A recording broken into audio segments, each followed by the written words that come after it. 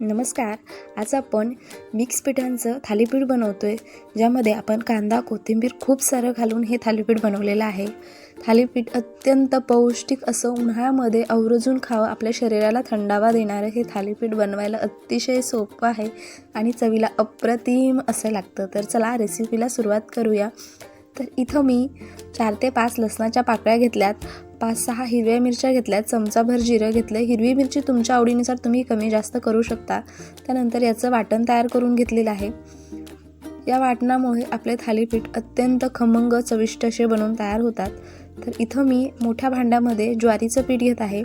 तर इथं मी 2.5 वाट्या ज्वारीचं पीठ वापरलं होतं. आता इथे ज्वारीचं पीठ ताजं असेल तर थोडंसं जास्त घेतलं तरीसुद्धा चालेल. ज्वारीचं पीठ खूप दिवसाचं असेल तर थोडंसं कमी घ्यायचं, म्हणजे जिथं 2.5 वाट्या घेत आहेत तिथं 2 वाटीच घ्यायचं. त्यानंतर इथं 1 कप भरून गव्हाचं पीठ घेतलेले. गव्हाच्या पिठामुळे हे थालीपीठ खूप वेळ तक मऊ लुसलुशीत राहतात. हे पहा. त्यानंतर हे थालीपीठ खमंग होण्यासाठी यामध्ये मी 4 ते 5 चमचे चणा डाळीचं पीठ घालते. चणा डाळीचं पीठ तुम्ही तुमच्या आवडीनुसार कमी किंवा जास्त करू शकता, काहीच प्रॉब्लेम नाही आहे. आता यामध्ये जे आपण वाटण तयार करून ठेवलं होतं हे वाटण घालायचं. त्यानंतर यामध्ये थोडीशी हळद घालायची. हळद घातल्यामुळे आपल्या थालीपीठाला अत्यंत सुरेख असा रंग येतो. त्यानंतर चवीनुसार मीठ घालायचं. सोबतच थोडंसं अजवाईन हातावरती क्रश करून घालायचं, म्हणजे हे थालीपीठ पचायला तर हलके होतातच, पण चवसुद्धा खूप छान वाढते. त्यानंतर 2 चमचे इथं तीळ घातलेले आहेत. तीळ तुमच्या आवडीनुसार तुम्ही कमी किंवा जास्त घालू शकता. आता यामध्ये आपल्याला खूप सारी कोथिंबीर घालायची आहे. उन्हाळ्यामध्ये खूप जणांच्या शरीरामध्ये खूप उष्णता वाढते, तर तुम्ही कांदा आणि कोथिंबीरीचा वापर थोडासा आहारामध्ये जास्त करायचा. कांदा देखील इथं मला जो पांढरा कांदा असतो तो नाही मिळाला. इथं जो साधा कांदा असतो तोच इथं मी मध्यम आकाराचे 2 कांदे घातले होते, जे छान बारीक चिरून घातले होते. जर तुम्हाला पांढरा कांदा मिळाला तर तुम्ही इथं तो वापरा. त्यामुळे उष्णता खूप कमी होते, शरीराला थंडावा मिळतो. त्यामुळे कांद्याचा वापर आवर्जून करायचा. त्यानंतर थोडंसं पाणी घालून ही पीठ आपल्याला व्यवस्थित असं भिजवून घ्यायचे. आता हे पीठ आपल्याला ज्या पद्धती आपण भज्याला कसं पीठ भिजवतो त्यापेक्षा थोडंसं घट्ट हे पीठ आपल्याला भिजवायचं आहे. आणि हे पहा, जर खूप आपण घट्ट जर हे पीठ भिजवलं तर आपल्याला थालीपीठ थापून घेता येणार नाही. हे पहा, असं भिजवायचं आणि त्यानंतर याला 10 मिनिटासाठी रेस्टसाठी ठेवायचं. नाही ठेवलं तरीसुद्धा चालणार आहे.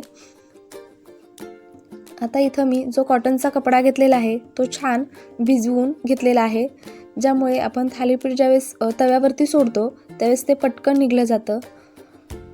आता हे व्यवस्थित असं थालीपीठ आपल्याला थापून घ्यायचं आहे. हाताला जर मिश्रण चिटकत असेल तर हलकासा पाण्यामध्ये हात बुडवायचा आणि पुन्हा हे थालीपीठ असं थापून घ्यायचं. आता हे खूप पातळसुद्धा थापायचं नाही आणि खूप जाडसुद्धा नाही ठेवायचं. मध्यम थालीपीठ आपल्याला थापून घ्यायचं आहे.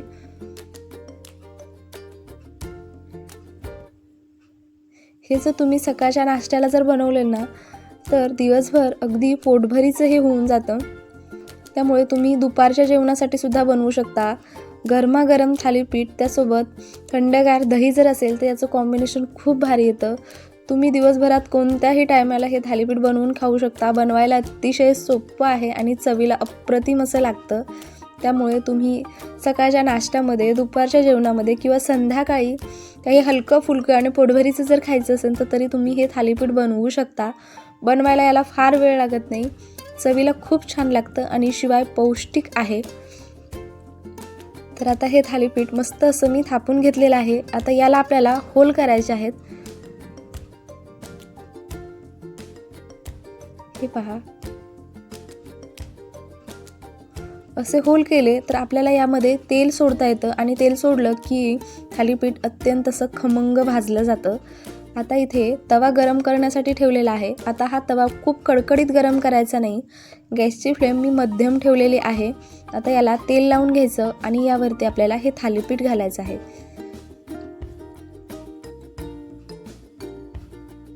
हे पहा, आता इथे जर थालीपीठ निघत नसेल तर हलकंसं पाणी यावरती लावलं की पटकन थालीपीठ सोडलं जातं. पण कपडा ओला करून घेतला तर तसं सुद्धा करण्याची गरज लागत नाही. आता यामध्ये थोडंसं तेल घालायचं.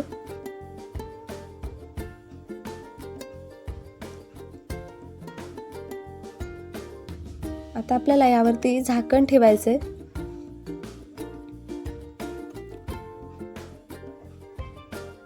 तर झाकण ठेवल्याच्या नंतर गॅस थोडासा मोठा करायचा, खूप जास्त मोठा सुद्धा करायचा नाही. आणि मिनिटभरासाठी हे छान असं झाकण ठेवून शिजवून घ्यायचं. हे पहा, अत्यंत खमंग असं हे थालीपीठ बनवून आपलं इथे तयार झालं. दोन्ही साईडनी व्यवस्थित असं शेकून घ्यायचं.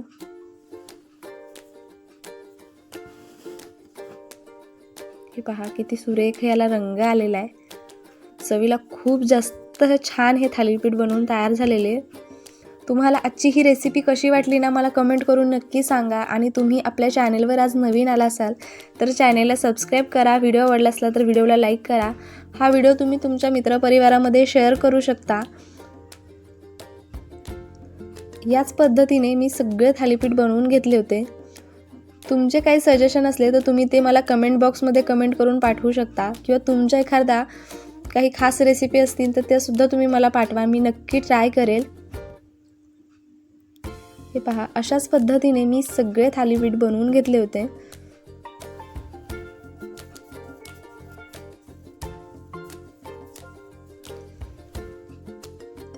इथं आपले थालीपीठ बनवून तयार आहे.